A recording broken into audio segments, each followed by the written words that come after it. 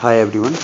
तो जैसे हिस्ट्री का पहला सीरीज में हमने देखा कि मुस्लिम अटैक ऑन इंडिया, भारत पर मुस्लिमों का आक्रमण, तो इसकी दूसरी सीरीज में हम देखेंगे दिल्ली सल्तनत गुलाम वंश।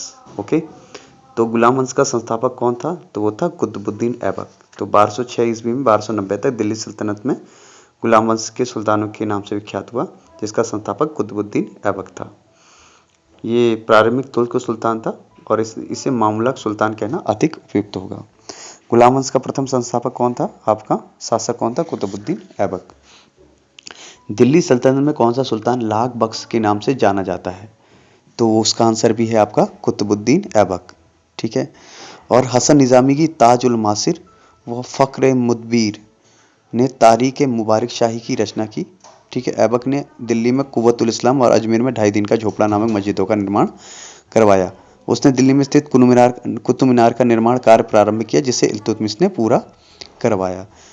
यदि लाख बख्श उसको इसलिए पुकारा जाता था क्योंकि वो अपनी दानशीलता के लिए प्रसिद्ध था, लाखों को दान देने वाला। ठीक है।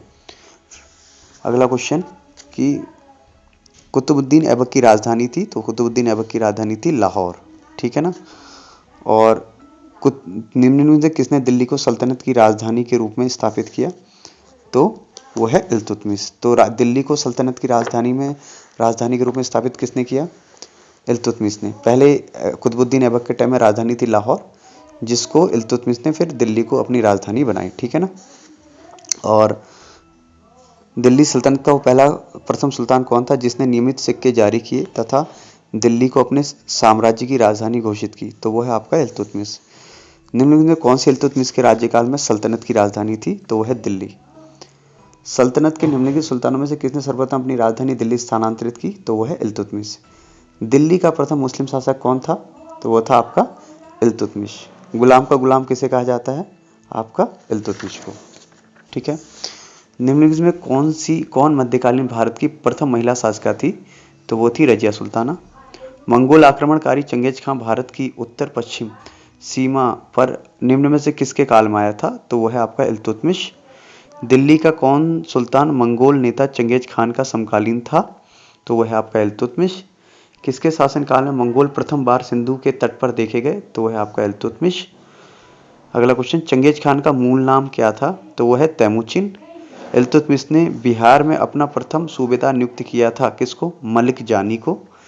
रजिया बेगम को सत्ताच्युत करने में किसका हाथ था? तो वो था तुर्कों का। अगला क्वेश्चन, दिल्ली के सुल्तान बलबन का पूरा नाम क्या था? तो उसका पूरा नाम था गयासुद्दीन बलबन। ठीक है। और दिल्ली के सुल्तान के विषय में कहा गया जिसने रक्त और लोहे की नीति अपनाई थी, तो वह है बलबन।